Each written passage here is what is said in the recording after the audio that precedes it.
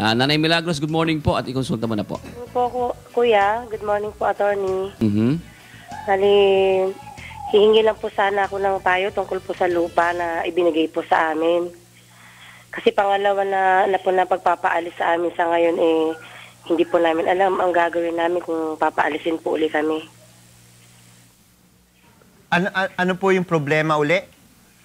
Kung po kasi, bali, pangalawa na pong pagpapaalis po sa amin tungkol po sa lupa. Paano po kaya yung, kasi ala naman po kaming pinaghahawakan po na kasulatan. Naku, sino po may-ari ng lupa? Ang may-ari po ng lupa na nagpatira po sa amin si Doktora Emilia Batangan po. So, titulado naman po yun. Opo, bali, nahawak po namin yung Xerox po ng titulo po nila, ibinigay po. Alam mo ho ninyo, Aling Milagros, kapag titulado yung lupa at kayo po ay nakikitira sa lupa, ang tawag po dyan, by tolerance lang po ng landowner. Ngayon, kung gusto po ng landowner o yung may-ari ng lupa na kayo po ay paalisin na dahil gagamitin po nila yung lupa, talagang may karapatan po silang gawin yan. Kasi pinapayagan lang po kayo pansamantala. Ang parating term dito, pansamantala, dahil wala naman po kayong kontrata, habang hindi pa ho nila kailangan ng lupa. Ngayon, kung kailangan ngayon po nila yung lupa, wala tayo talagang magagawa dahil sila po talaga ang may-ari ng lupa. Bali, attorney, ang nagpaalis po sa amin yung apo na po, hindi po mismo yung lola po nila na nagbigay po sa amin ng lupa. Well, ang kailangan natin malaman kung number one, kung minana na po ng apo yung lupa, no? Kung napalipat na po yung pangalan sa apo. At ngayon, kung napalipat yung pangalan sa apo, di may karapatan po talaga siyang paalisin po kayo. Ngayon, kung hindi pa naman patay yung lola, ang kailangan naman po ninyong hanapin kung nagbigay po siya ng special power of attorney sa kanyang apo para kayo po ay paalisin. No? So yun, unang kailangan natin malaman, namatay na ba ho yung lola? Ngayon, kung hindi pa namamatay yung lola, kailangan pangalawa, malaman kung nag-issue po siya ng special power of attorney. Ngayon, kung nag-issue siya ng special power of attorney sa ngalan po ng kanyang apo, talagang may karapatan po siya. Ngayon, kung hindi pa namamatay yung lola at walang special power of attorney, then wala siyang karapatan na kayo po ay paalisin. Dapat yung lola mismo.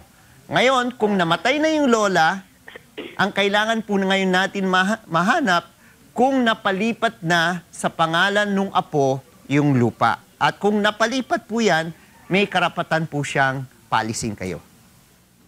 Bali, ano po, attorney, yung pong hawak po namin na titulo ngayon, dun po palang po na-transfer sa anak, hindi pa po sa apo. Hindi, so unang-una, patay na yung lola. Apo. Okay, na-transfer na sa anak. Apo. Buhay pa yung mga anak. Apo, attorney, buhay pa po. So kung na-transfer na yung lupa, yung titulo sa mga anak, yung may karapatan na paalisin kayo, yung mga anak. Ngayon, ganun rin. Kung buhay pa yung mga anak, kailangan may special power of attorney para bigyan kapangyarihan yung apo na paalisin kayo. Kung wala, yung may karapatan lang na magpaalis sa inyo yung anak. Apo. Bali, binigyan naman po kami ng uli ng lupa po na nilipatan po namin ngayon, mga ilang buwan pa lang po. 80 square meter po, kaya lang yan nga po, baka paalisin po uli kami sa pangatlo. Kaya nga po, ito po ay tolerance. Wala ho talaga kayong karapatan sa lupa dahil titulado po yon. Wala kayong, kung hindi po bibigyan kayo ng kontrata, wala tayong magagawa.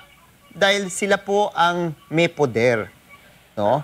Ngayon, kailangan lang po ninyong tanggapin, no? Humingi kayo ng kontrata kung ayaw kayo bigyan dahil baka hingin ninyo mahabaang pananatili sa lupa, asahan po ninyo, talagang hindi papayag po sila. Dahil sila po yung may-ari ng lupa Opo, pero attorney, tanong ko lang po uli na, kasi pero kung patitituluhan daw po namin yung lupa po na ibinigay ngayon, pwede daw po, kaya lang malaking gastos pa tayo na po. Alin, yung binibigay sa inyo? Opo, ipapahiram daw po nila yung title.